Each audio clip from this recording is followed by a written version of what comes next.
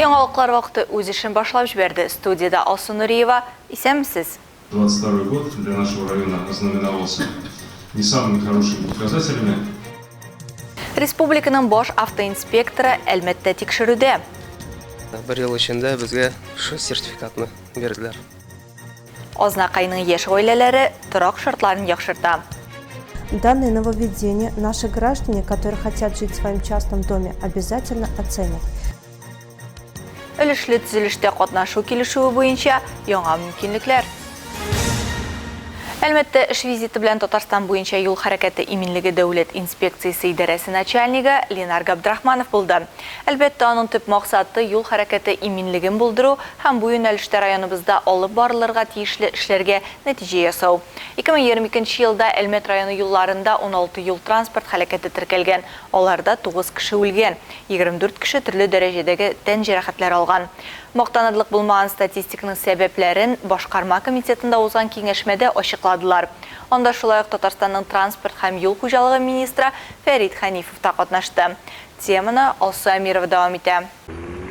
2022 ел Әлмәт районы өчен юл хәрәкәте куркынычсызлыгы тарафынан авыр башланып китте. Киңәшмәдә катнашучыларны сәламләгән район башлыгы Тимур Нагманов сүзен әнә шулай башлады. 2021 ел нәтиҗәләре буенча Әлмәт районы территориясендә һәлак булучылар саны 6 кеше генә булган. Быел исә беренче кварталда гына 9 кеше һәлак булган. Аварияның төп сәбәпләре каршыяк полосага чыгу белән бәйле. Год для нашего района ознаменовался не самыми хорошими показателями, в первую очередь смертности.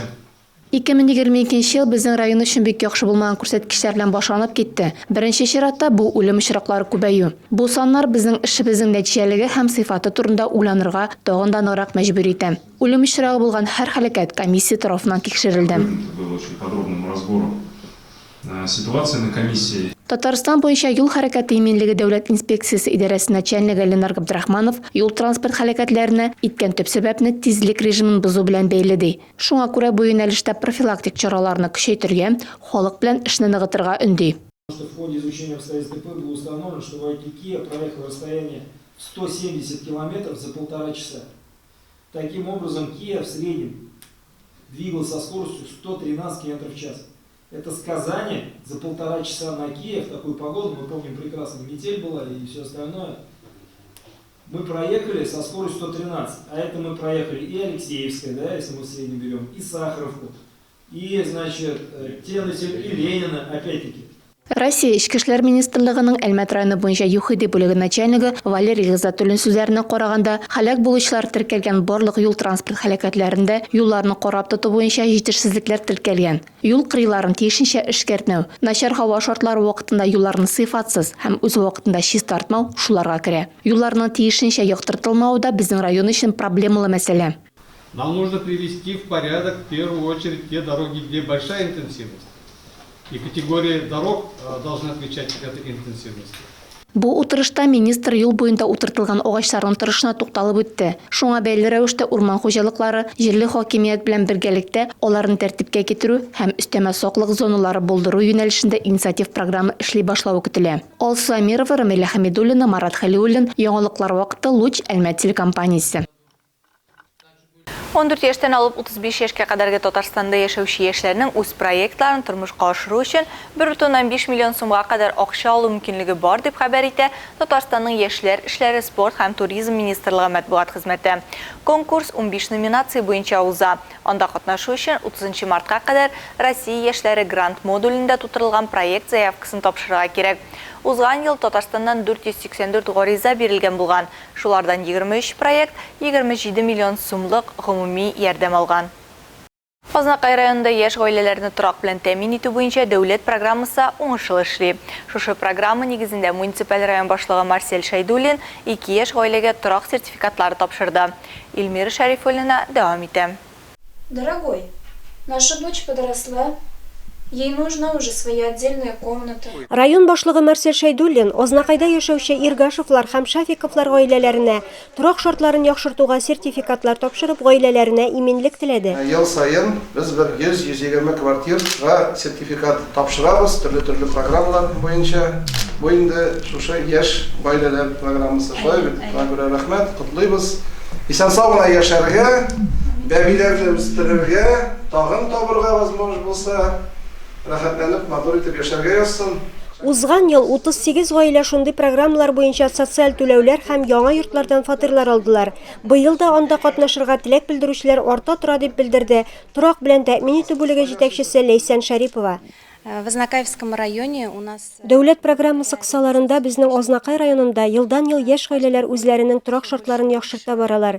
Шулай ук бездә социаль ипотека программасы да гамәлгә ашырылып килә. Бүген тапшырылган сертификатлар белән яшь гаиләләр үзләренә фатир сатып ала яисә йорт төзи ала. Шулай ук булган социаль кредитларын да каплата алалар. Использовать на погашение имеющейся кредитной ипотеки.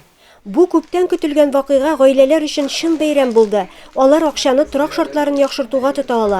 Бір ел ішінде бізге шу сертификатны берділер. Безнең исәптә төзергә иде. Шуңа инде безгә сертификаттан бик нык файда була. Бик нык ярдәм иттеләр безгә. Без инде бу программада 5 ел, примерно 5 ел торабыз. И инде ниһаят менә сертификатны кулга алдык. Без бик шат, безгә бик зур ярдәм булачак. Инде барлык гаиләләргә дә шушы программада катнашуларын телибез. Бу бик зур ярдәм. Яшь гаиләләр өчен шундый программаларны булдырган өчен безнең республика президентына, яшьләр министрлыгына бик зур рәхмәтебезне белдерәсебез килә. Илмира Шәрифуллина, Рөстәм Әкбәров, яңалыклар вакыты, Луч Әлмәт телекомпаниясе. Рәхмәт, исән сау гына булырга инде. 1 марттан федераль законның торакны дәүләт теркәвенә алу турындагы төп нигезләмәләре үз көченә керде. Дәүләт теркәве кадастр һәм картография федераль хезмәтенең Татарстан Республикасы буенча идарәсе хәбәр иткәнчә, хәзер өлешле төзелештә катнашу килешүе буенча фатирына түгел, йортта сатып алырга мөмкин. Тулырак алдагы материалда. 1 марттан өлешле төзелештә катнашу килешүләре буенча аз катлы торак комплекслары шикләрендә урнашкан шәхси торак йортларны дәүләт теркәвенә алуны үткәрү тәртибен билгеләүче федераль законның төп нигезләмәләре үз көченә керде. Дәүләт теркәве кадастр һәм картография федераль хезмәтенең Татарстан Республикасы буенча идарәсе матбугат хезмәтендә билгеләп үтелгәнчә, хәзердән башлап проектлы финанслау мөмкинлеге шәхси торак йортлары төзүгә дә кагыла. Bundan тыш әлеге үзгәрешләр төзүчеләр тарафыннан өлешле төзелеш объектын һәм гомуми милекне тапшыру тәртибен, җир кишәрлеге һәм анда урнашкан шәхси торак милкенә хокукны дәүләт теркәве үзенчәлекләрен җайга сала. Яңа закон нигезендә хәзер коттедж йортларын төзүчеләр торак төзүнең бердәм мәгълүмат системасында түбәндәге мәгълүматны ачарга тиеш. Территорияны планлаштыру проектын һәм территорияны занлау проектын раслау һәм күчемсез милекнең бердәм дәүләт реестрына территорияны занлауның расланган проекты турында белешмәләр кертү хакында, төзелешкә рөхсәт турында, проект декларациясе турында, төзелә торган шәхси торак төзелеше объектының урнашу урыны, планлаштырыла торган мәйданы һәм мондый объекттагы һәр бинаның урыны күрсәтелгән планы турында, шәхси торак төзелеше объекты төзелеше алып барыла торган җир кишәрлегенең мәйданы, шартлы номеры һәм урнашуы күрсәтелгән планы турында. По моему мнению, данное нововведение наши граждане... Шәхси йортларда яшәргә теләгән гражданнар яңалыкларны һичшиксез бәяләячәк. Бүгенге көнгә кадәр өлешле төзелеш өлкәсе бар тик күп фатирлы йортларга гына кагыла иде. Бу үзгәрешләр Татарстанда комплекслы аз катлы төзелешне үстерү өчен өстәмә стимул булачак. В Татарстане комплексного малоэтажного строительства. Ведомство мәгълүматларына караганда 2021 елда гомуми мәйданы 2 миллион квадрат метрдан артык булган 18 мең торак йорт теркәлгән. Шикле дөньядагы башка яңалыкларны алга таба карагыз. Ростуризм 15 мартта кэшбэк белән Россия буенча турлар сатуны яңадан башлап җибәрә. Сату башланган көннән алып 1 июньгә кадәр сәяхәткә барырга мөмкин дип хәбәр итә ведомствоның матбугат хезмәте. Туристик кэшбэк программасы 2020 елда эшли башлаган иде. Программаның бу этабы 6-нчы булачак. Алдагысы 18 гыйнварда башлана һәм 12 апрельдә тәмамланырга тиеш була. Тик 1 мартта тәмамлана. Чөнки хөкүмәт тарафыннан аңа бүлеп бирелгән акчалар срогыннан алда бетте. Бу этапның сату тәрәзәсе 15 марттан 1 майга кадәр, ягъни ай ярым. Сәяхәткә 15 марттан 1 июльгә кадәр, ягъни җәйге сезон башланганчы ук барырга мөмкин. Программада шулай круизлар да катнаша. Ростуризмда билгеләп үтелгәнчә, мондый карар туристларга ил эчендә ял итәргә, тармакта бизнес һәм эш урыннары булдырырга мөмкинлек бирәчәк.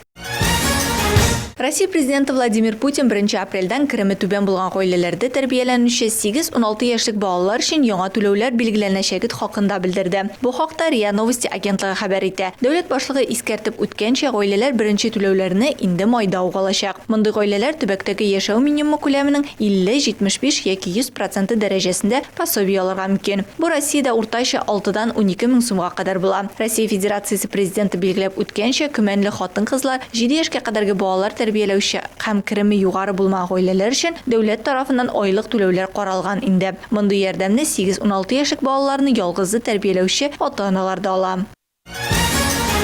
Россия Федерациясе президенты Владимир Путин гражданнар һәм бизнеска ярдәм күрсәтүдә кризиска каршы чаралар турындагы законны имзалады. Биредә яңа кредит каникуллары да искәртелә. Шул хакта документ хокукый мәгълүмат интернет порталында дөнья күргән. Әлеге законда аерым алганда кредит каникулларына хокукны ипотекага торак сатып алган гражданнарга кредит килешүе 2022 елның 1 мартына кадәр төзелгән очракта кече һәм урта бизнес вәкилләренә бирү карала. 1 марттан 30 сентябрьгә кадәр кредит каникулларына файдаланырга теләүче бурычка бирүчеләргә тиешле таләп белән мөрәҗәгать итә ала. Шул ук вакытта хөкүмәт ташламалы чорны озайтырга хокуклы. Кредит каникуллары ярты елга биреләчәк һәм кредит яки займ буенча түләүләрне кичектерүне яисә аларның күләмен киметүне күздә тотачак. Каникуллар кирем 30%-тан да күбрәккә кимегән очракта бирелә. Моннан тыш законда 2022 елда кече һәм урта предприятиеләрне, 2022-2024 елларда IT компанияләрне планлы тикшерүгә мораторий кертү, шулай ук лицензияны озайтмыйча эшчәнлек алып бару, дәүләт сатып алуларын гадиләштерү мөмкинлеген һәм хөкүмәткә пенсияны оператив рәвештә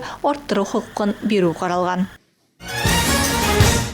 Үткән ел Татарстанда имин һәм сыйфатлы юллар ил күләм проекты актив рәвештә гамәлгә ашырылды. Республикада 98 юл челтәре объектында барлыгы 245,7 километр юллар ремонтланды. Бу эшләргә 5 миллиард сумнан күбрәк акча тотылды дип хәбәр итә Татарстан Республикасы транспорт һәм юл хуҗалыгы министрлыгы. Моннан тыш 300 зур проектка 7 миллиард сум юнәлтелде. Шулай ук Казан һәм Чаллы агломерацияләрендә интеллектуаль транспорт системаларын кертүгә 370 миллион сум бүленгән. Бу финанс чараларына камералар, юл хәрәкәте көчен ачыклау датчиклары, хәрәкәт белән автомат идарә итү системалары, авырлык контроле системалары сатып алынган. Юл хәрәкәте белән идарә итү платформаларын булдыру эшләре башкарылган. Россиядә ил күләм проектлар Россия Федерациясе президенты Владимир Путинның май указлары нигезендә 2019 елдан гамәлгә ашырыла. Әлмәт транспорт идарәсе хәбәр иткәнчә бүгенге көннән башлап Apple Pay, Google Pay, Samsung Pay һәм Pay кошелек сервислары белән транспортта йөрү өчен түләү мөмкин түгел. Юл өчен акча, транспорт һәм банк картлары белән түләргә мөмкин булачак. 10 марттан Россиядә Apple Pay, Google Pay һәм башка янчыкларда эшләүче Visa һәм Mastercard түләү системалары картлары буенча түләүләрне авторизацияләүгә карата чикләүләр үз көченә керде. Ә хәзер кыска вакытлы реклама бүленәчәкбез. Аның артыннан ук безнең эфирда. И которые у нас в фонд наш входят, они точно так же, как и эти детки, инклюзив. Игелекле эшнең иртәсе кичә юк. Виктә әһәмиятле вакыйга. Парлы ралли спринт буенча ачык чемпионат.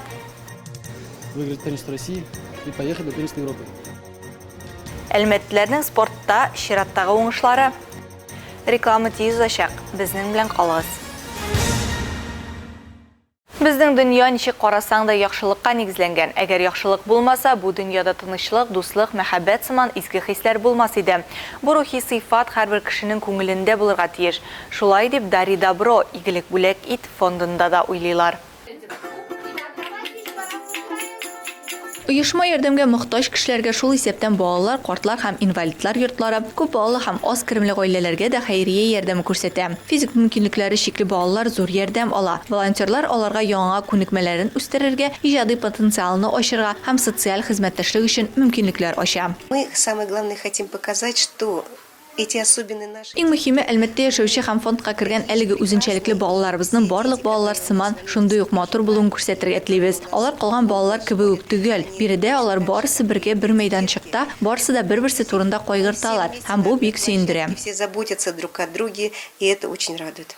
Игелек бүләк ит хәйрия фонды балаларга гына түгел, кояшлы балаларның әйнләренә дә бергә туплану мөмкинлеге бирде. Алар аралашып, уртак проблемалар турында фикер алышалар һәм аларны бергәләп хәл итәләр. И это нужно нашим детям тоже, потому что у них круг общения. Бу безнең балаларга кирәк, чөнки аларның аралашу даирәсе зур түгел, ә монда фонд тарафыннан үткәрелә торган чаралар ярдәмендә безнең балаларны теләсә нинди кешеләр белән, бигрәк тә фондка балаларга төрле чаралар үткәрүдә ярдәм итәргә теләүчеләр белән аралашу мөмкинлеге бар. В частности, нашим детям в проведении различных мероприятий. Биредә рәсем сәнгатенә, кул эшләренә һәм башка осталыкларга өйрәтәләр. Балалар өчен төрле сәфәрләр оештырыла, конкурслар һәм уеннар үткәрелә. Шулай ук шахмат буенча мастер-класслар да үткәрелә. Аның өчен шахмат такталары, партлар һәм урындыкларны Татнефть хәйрия фонды гранты ярдәме белән сатып ала. Булар барысы да фонд карамагындагыларга вак моториканы үстерергә, файдалы күнекмәләр алырга, дөньяга ачылырга ярдәм итә. Это по развитию мелкой моторики. Вак моториканы үстерү буенча эш алып барабыз. Шулай ук бездә хәзер музыка уен кораллары бик күп. Аларны мастер-классларда бик теләп кулланабыз. Флористик букетлар ясыйбыз, аш-су буенча мастер-класслар үткәрәбез. Булар барысы да безнең балаларга бик ошый. Бу балаларга социальләшергә, адаптацияләшергә булыша. Без аларны бутербродлар кисәргә, тормышта кирәк булган әйберләргә өйрәтәбез. Их готовить.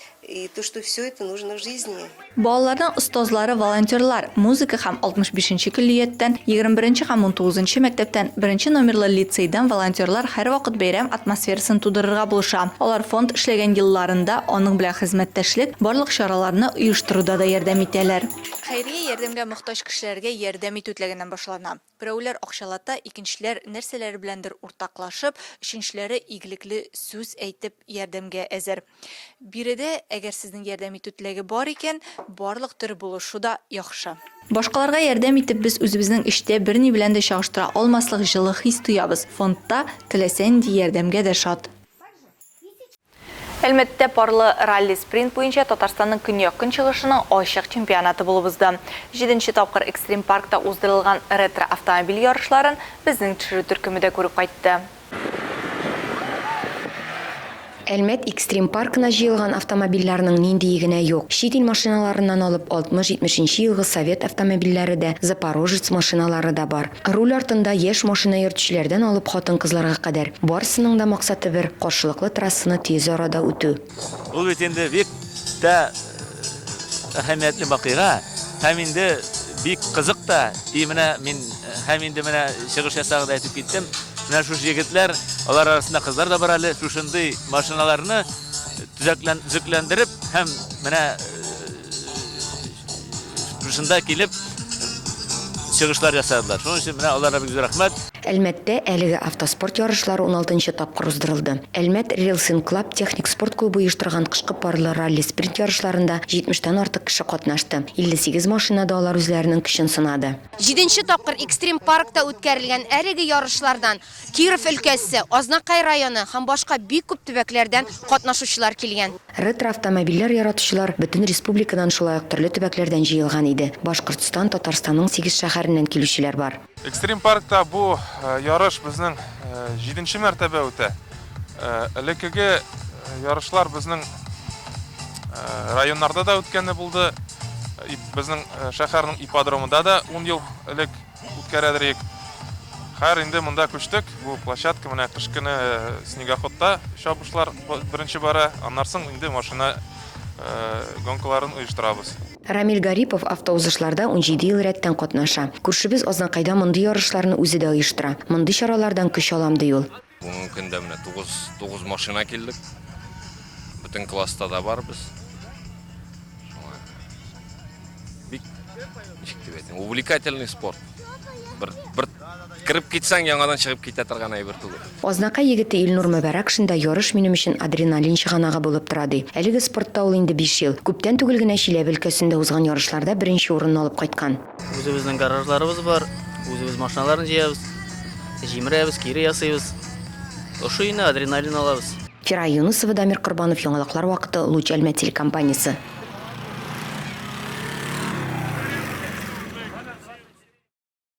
Әлмәт спортчылары чираттагы кабат үзләренең өстенлекләрен раслады. Бу юлы грек-рим көрәше буенча узган ил беренчелегендә бронза яулап кайттылар.